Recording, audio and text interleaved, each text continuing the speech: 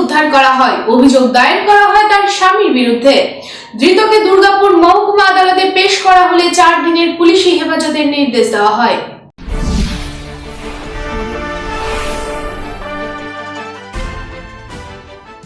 শুক্রবার রাতে দুর্গাপুরের নিউ টাউনশিপ থানার কালীগঞ্জ সংলগ্ন এলাকায় বাড়ির ভেতর থেকে রিঙ্কি শিকদারের ঝুলন্ত দেহ উদ্ধার করা হয়।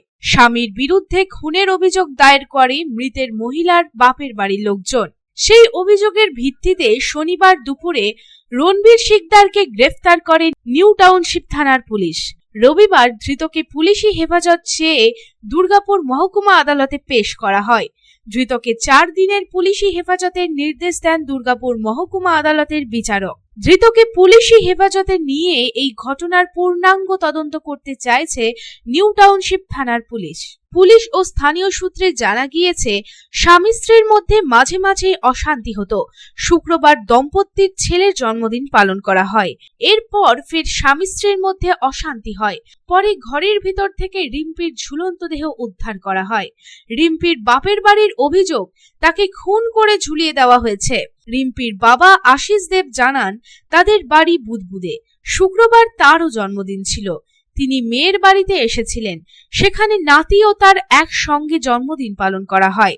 রাত 11টা নাগাদ তিনি দোতলায় শুতে যান। তার দাবি, এরপরে মেয়ে জামাইয়ের মধ্যে অশান্তি হয়।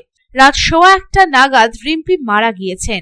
আশিস বলেন, নিচে গিয়ে দেখি দরজা খোলা, ঘরের ভিতরে গলায় ওড়নার ফাঁসি দেওয়া, মেয়ের দেহ পাখা থেকে ঝুলছে। তখন জামাই বাড়িতে ছিল না। রিম্পির দিদি পিঙ্কি দেবের অভিযোগ, দিদিকে মেরে ফেলা হয়েছে। বিয়ের পর থেকেই জামাইবাবু দিদিকে মারধর করত।